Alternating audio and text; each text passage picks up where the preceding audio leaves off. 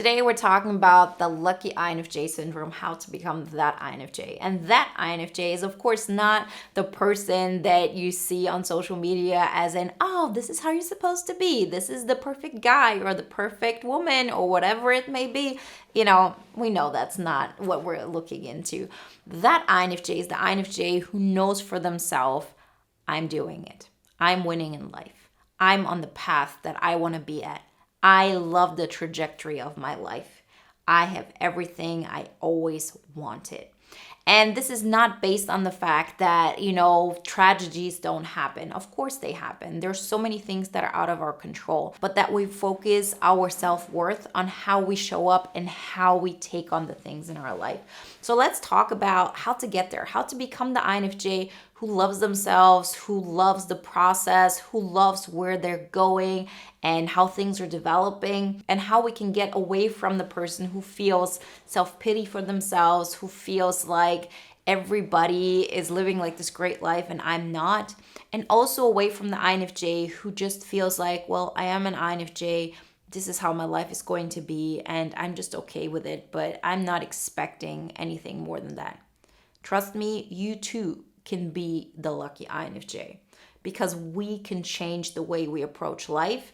And once you're on the other side of it, it will make sense why this is actually the better path forward. But like always, you are the master of your universe. It's your choice if you want to suffer, and it's your choice if you want to change some things. That being said, I am well aware that there are a lot of us who suffer a lot, that are going through depression, that have immense pain that they're carrying. And it's so easily said if somebody says, oh, just choose to be happy, just choose to be lucky, So I hope there are enough other videos that are helping you a little bit on that path to get out of those deep holes in your life. And if you need more help, I really hope you find it and you go out and get it. But this video here is really about changing your perspective if you feel like I'm not in this place where, it's really, really hard for me to get out of, but I'm sort of like in between. I know things could get better, but I just don't know how. So let me give you today just one more lighthearted approach that might be just one additional tool in your toolbox. Before we get started though, I want to give you a reminder that the next INFJ Epic Life Bootcamp is launching July 20th. So join our amazing INFJ Epic Life Bootcamp community in which we come together. It's a very safe space. I love all the conversations we're having.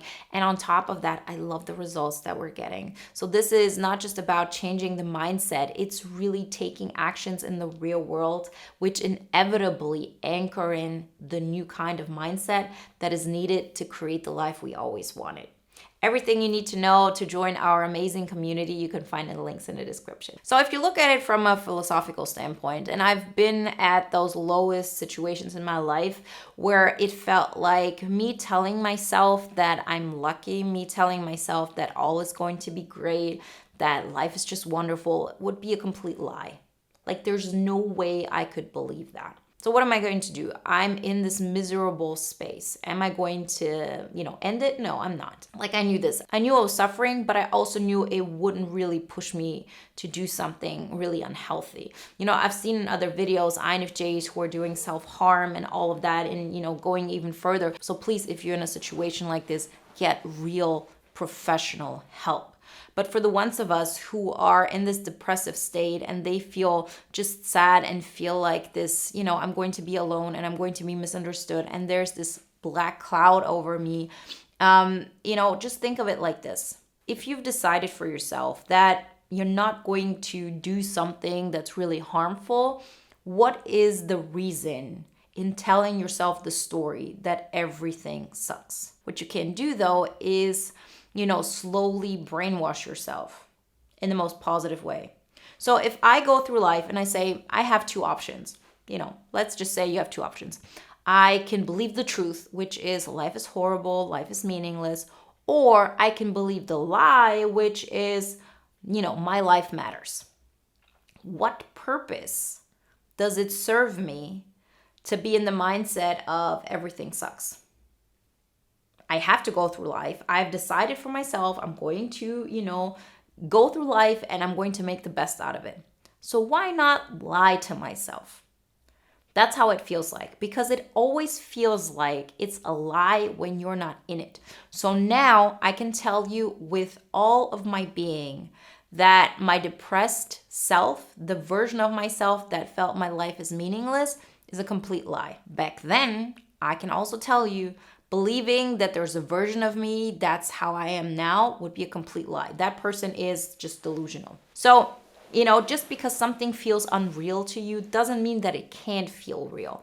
And if you actually get to a place where you do feel like life is great, you also become more of an inspiration for the people around you who might not believe that. So if you have decided for yourself, well, let me just try lying to myself. Let me just try brainwashing myself. If it doesn't work, well, okay. But, what's the worst that could happen? Let me just try it, because the other path is not the path I want to continue going on. And then you really have to look at your life from this perspective of, everything in my life sucks. Like, I've gotten to a place where I don't like how my life is looking. Now I may even have cut off a relationship with a person that made me feel this intensity, and now there's nothing left. It's like a detox sort of. So what am I going to do now? And what really works is to say, I'm going to make tomorrow better than it is today. I'm going to motivate myself to feel better than I'm doing today. And if you've watched my earliest videos, they are all based on that, because I was going through that. And so what I was able to do is I was able to listen to some music that got me into a happy place. And it might have, kept me there for like 5 minutes. And then I fell back into the baseline of everything sucks. And, the next day I remembered, okay, what made me feel this way yesterday? Can I do this again? And then those 5 minutes turn into 10. What did I feel in that moment? It wasn't that I felt, I want to feel good and I'm just going to put on music and all is going to be great. What I felt was, that's the truth. Life sucks. And I'm just going to do it. I'm going to lie to myself again. And I'm going to pretend like all is great. And how am I going to do that? Well, I'm going to force myself to listen to a song that's going to change my inner state. And so before I knew it, the following happened. I was able to stay in a good mood for 10 minutes. Then it was 30 minutes. Then it was an hour. Then it was, half a day. And before I knew it, I was able to stay more in a positive mood throughout the day than a negative. And the only way this is something that is sustainable, something that can expand, is if we continuously focusing on what already feels good. If you have a day or a life that feels like 95% of it sucks, you have to focus on those 5%. No matter what you do, focusing on those 95% that suck aren't going to change your state. That's why if you do something like meditation, the goal is not to say, okay, I'm going to be in this great state for the 5 or 10 minutes that I'm doing it, and then I'm falling back into my old patterns. The actual goal is that those 5-10 minutes that you're meditating is actually something that expands throughout your day. You're not going to be in a meditative state like you are in those 10 minutes, but your overall baseline is going to be way more peaceful. It's going to be way more, bright and happy and all of that. So we continuously have to focus on success stories, and we continuously have to focus on the things that are already working. This is what it's all about when it comes to gratitude. But gratitude is such a, buzzword, and it sounds like, I'm just going to be grateful for the fact that I have a roof over my head, that I do have a job, that I do have all of those things. And very often this doesn't really change our emotional state. But if you're able to, for example, listen to music, and I mean happy music, not music that makes you really emotional, not music that makes you feel all of the emotions. No, I'm talking about lighthearted stuff. If you're able to do that, or, it really makes you feel better if you watch cat videos, or it really makes you feel better if you go into nature, put more of those things into your life. And another way is, of course, helping people who have it worse than you. And everybody has people like this. Everybody. If you're able to pull people up to your place, you actually get away from self-pity so much faster. And you can change your entire approach to life and become that lucky INFJ, because that lucky INFJ has learned the following. I am in control of my emotional state because I have already been able to pull myself out of this deep hole into bliss, into something that is sustainable, into something that inspires others, into something that makes me excited about the future, because there's so much uncertainty in a good way, but not too much that I cannot control it, because I'm forging my path. And so encourage yourself to become that person. Don't think like, oh, that makes me not myself, or that makes me, not interesting enough. All of those aspects are part of us. If you can become that person, then it's who you are. Of course we have our sides, and I have the really emotional, really, very intense part of me that can be very depressed and all of that, but I haven't been there in like probably 10 years, and I'm probably going to fall into that, if something like really tragic happens in my life, but I will know that I have the tools to get me out of that, but I'm not creating self-inflicted tragedy. So again, of course we have horrible things in our life that we have no control over, but there are also so many things that we can change, and situations that were not healthy. And the biggest pain points in my life were self-inflicted pain points, and relationships, and situations where I wasn't willing to choose myself because it was so hard, and it was so scary to choose myself and be seen.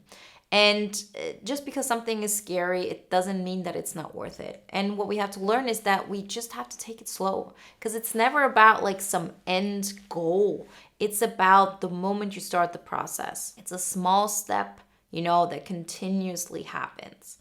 And so through that, we actually create immense results without ever having to overextend ourselves, where we never have to really rely on so much self-discipline. But there's always an external factor involved that we control, meaning I actively put on that song.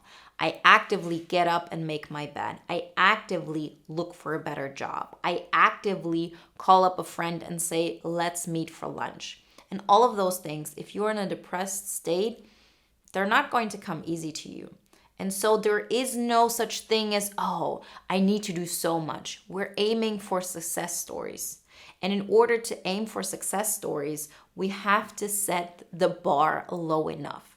If it's something that is, totally out of our sphere, we're never going to get excited about that. So I think I read this example in Atomic Habits, but it might have been somewhere else. So let's say, you want to learn tennis and you've had a couple of lessons, and then you play against a 3-year-old.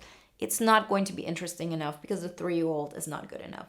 Similarly, if you compete against, a world champion, also it's like not interesting because it's like too hard. But if you have somebody who's, let's say, 4% better than you, and a lot of studies have shown like 4% is really a number that we can aim for, we're going to push ourselves, but we're not going to overextend ourselves. So this is what we're aiming for. We're not aiming for an improvement of 30% of who we currently are. We're aiming to push ourselves a little bit out of our comfort zone. So if you, for example, want to write a book and you've never written a page, so don't put those goals on your vision board of, okay, I'm going to write 10 pages every week. Rather say every Saturday between 10 and 10:30, I'm going to sit down and I'm going to write at least 2 sentences. If more happens, great, but 2 sentences is all that I need. And if I've written those 2 sentences, I've won my day. I have won. I've had my success story. Because once you start anchoring in those habits that continuously make you feel like you can trust yourself, because you keep the promises you make to yourself, you start building your self-esteem based on that, based on the fact that you are going to do what is best for you, that you can trust that you will make right choices for you, and that you will continuously create a sustainable system for yourself that makes you feel better and better. And before you know it, you've actually turned into this lucky INFJ that people might look at and think like, how is it possible for that person to live this life? And people are not going to think that based on the fact that you have created that much money, or that you have so many friends, or that you are wearing some great clothes. Nothing like that. It might be part of your experience, but it definitely doesn't have to be. What they're going to look to and be inspired by is the fact that you are light, you are at peace, you are excited about life. And you know that your external circumstances do not really determine if you can feel like this or not. It's your approach to everything. And so, this entire thing of gratitude is really based on focusing what we already have and making it better. Like saying, okay, if this is what I have and I've accepted it, this sucks. Like my life is totally boring, it's totally uneventful, it's like a snooze fest, and I feel so alone and misunderstood and all of that. What is a little step I can do that will make me feel a little bit better today than I felt yesterday? So we're not comparing our steps to our vision and say, okay, it falls short, so therefore I'm a loser. No, we're saying, what can I do today that will, make my life a little bit better than it was yesterday? And if you start that process, what you're actually doing is you're tapping into your extroverted sensing. And you're allowing yourself to start building something with the power that you do have, which might not be, a lot. It's definitely not a lot for me. Like in comparison to my friends, I'm not present at all. Like this is hard for me.